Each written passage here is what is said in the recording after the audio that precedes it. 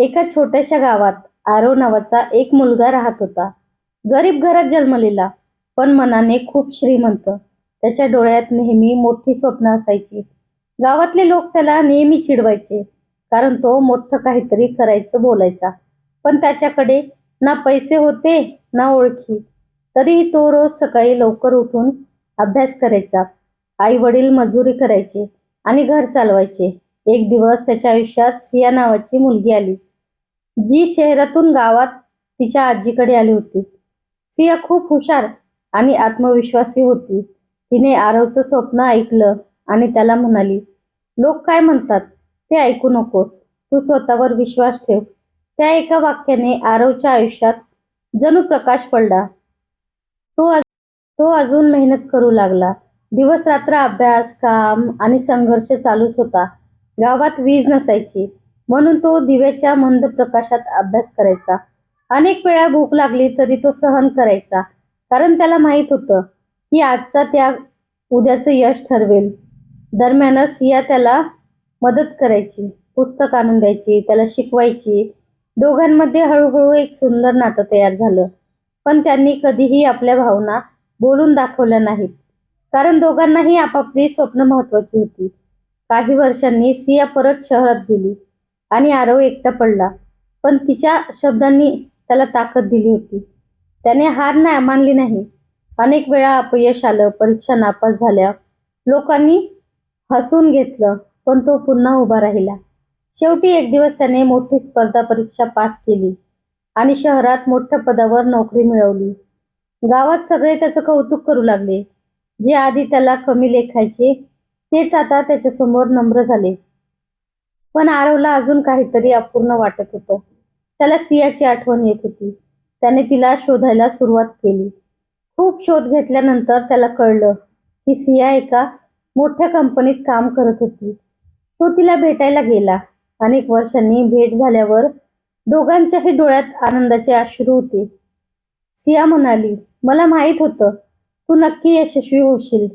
आरव हसत म्हणाला, हे सगळं तुझ्यामुळे शक्य झालं. त्या दिवशी त्यांनी आपल्या भावना एकमेकांसमोर मांडल्या आणि एकत्र आयुष्य जगण्याचा निर्णय घेतला.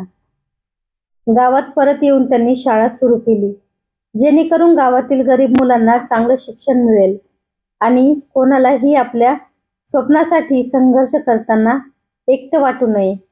आरवची कथा गावापुरती मर्यादित राहिली नाही, तर अनेकांसाठी प्रेरणा बनली. त्याने सिद्ध केलं की परिस्थिती कितीही कठीण असली तरी जर मनात जिद्द आणि स्वतःवर विश्वास असेल तर यश नक्की मिळतं. आणि खरं प्रेम तेच असतं जे आपल्या स्वप्नांना उंच भरारी घेण्यासाठी साथ देतं. शेवटी आरव आणि सिया दोघंही आनंदाने जगू लागले आणि त्यांच्या आयुष्यातील संघर्षाची गोष्ट अनेकांच्या आयुष्यात प्रकाश बनून राहिली. एका डोंगराच्या कुशीत वसलेल्या शांत गावात आरव आणि सियाचं आयुष्य नव्याने सुरू झालं होतं. पण यश मिळालं म्हणून सगळं सोपं झालं असं नव्हतं. गावात शाळा सुरू केल्यावर सुरुवातीला कुणीच मुलांना पाठवत नव्हतं, कारण लोकांना वाटायचं की शिकून काय फायदा. आरवला हे खूप टोचायचं, पण हार मानणाऱ्यापैकी नव्हता. तो स्वतः प्रत्येक घरात जाऊन पालकांना समजावू लागला की शिक्षण म्हणजे फक्त नोकरी नाही, तर आयुष्य बदलण्याची ताकद आहे. सिया देखील त्याच्यासोबत उभी राहिली. ती मुलांना खेळता खेळता शिकवायची, हसत हसत ज्ञान देण्याची तिची पद्धत मुलांना खूप आवडायची. हळूहळू काही मुलं येऊ लागली आणि शाळेचा प्रवास सुरू झाला. पण एक दिवस मोठं संकट आलं. गावातल्या काही श्रीमंत लोकांना हे सगळं पटत नव्हतं, कारण त्यांना स्वतः मजूर हवे होते. त्यांनी लोकांना भडकवायला सुरुवात केली की ही शाळा तुमच्या मुलाचं आयुष्य बिघडवेल. गावात पुन्हा शंका निर्माण झाली. काही पालकांनी मुलांना शाळेत पाठवणं बंद केलं. त्या रात्री आरव खूप निराश झाला. त्याला वाटलं, इतक्या वर्षाच्या मेहनतीनंतर पुन्हा सगळं हातातून निसटतंय. पण सिया त्याच्या जवळ बसली आणि म्हणाली, तू इतक्या लांब आला आहेस, आता मागे वळायचं नाही. तिच्या त्या शब्दांनी आरव पुन्हा उभा राहिला. दुसऱ्या दिवशी त्याने गावात एक छोटा कार्यक्रम ठेवला, जिथे मुलांनी शिकलेलं सगळं दाखवलं. कविता, गोष्टी, छोट्या नाटिका ते पाहून गावकऱ्यांच्या डोळ्यात आनंद आणि अभिमान दिसू लागला. लोकांना जाणवलं की त्यांच्या मुलांमध्ये किती क्षमता आहे. हळूहळू सगळ्यांचा विश्वास परत मिळवला आणि शाळा पुन्हा भरभराटीला लागली. काही वर्षांनी त्या छोट्याशा शाळेतून अनेक मुलं मोठी झाली. कोणी शिक्षक बनलं, कोणी डॉक्टर, कोणी अधिकारी, आणि ते सगळे परत गावात येऊन इतरांना मदत करू लागले. आरव आणि सिया दोघंही दूर उभं राहून हे सगळं पाहत होते. त्यांच्या चेहऱ्यावर समाधानाचं हास्य होतं, कारण त्यांनी फक्त स्वतःचं आयुष्य बदललं नव्हतं, तर संपूर्ण गावाचं भविष्य उजळवलं होतं. आणि त्या दिवशी आरव शांतपणे म्हणाला, खरं यश पद किंवा पैसा नाही, तर आपण इतरांच्या आयुष्यात किती प्रकाश आणतो हेच खरं यश आहे. सिया हसली आणि त्याच्या हातात हात घेत म्हणाली, आणि आपण ते करून दाखवलं आहे. आरव आणि सियाचं आयुष्य आता स्थिर झालं होतं, पण त्यांच्या मनात अजूनही काहीतरी मोठं करायची आग जळत होती. शाळा चांगली चालू होती, गाव बदलत होतं, पण एक दिवस अचानक गावावर मोठं संकट आलं. जोरदार पाऊस आणि पूर अनेक घर पाण्यात गेली. लोकांचं आयुष्य पुन्हा एकदा विस्कळीत झालं. शाळाही बंद पडण्याची वेळ आली. त्या क्षणी आरवला त्याचा भूतकाळ आठवला.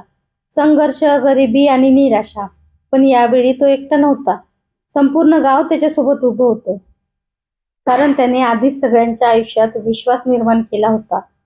त्याने लगेच मदत कार्य सुरू केलं. शहरातून मदत आणली. अन्न, कपडे, औषध सगळं उपलब्ध करून दिलं.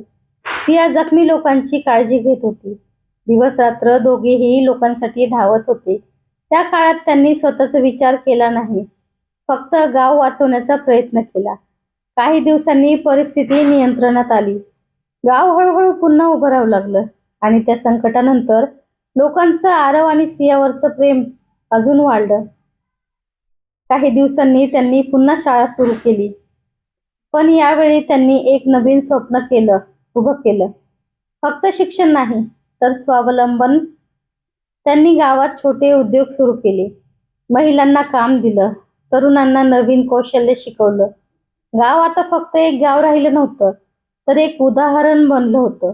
दूर दूरून लोक येऊन पाहू लागले की एका मुलाच्या स्वप्नाने आणि एका मुलीच्या विश्वासाने कसं संपूर्ण जग बदलू शकतं. आणि एका संध्याकाळी सूर्य मावळताना आरव आणि सिया शाळेच्या छतावर उभे होते. त्यांच्यासमोर हसणारी मुलं, उभं राहिलेलं गाव आणि उज्ज्वल भविष्य होतं. आरव हळूच म्हणाला, आपण जे स्वप्न पाहिलं होतं ते आज खरं झालंय. सिया त्याच्याकडे पाहून हसली आणि म्हणाली,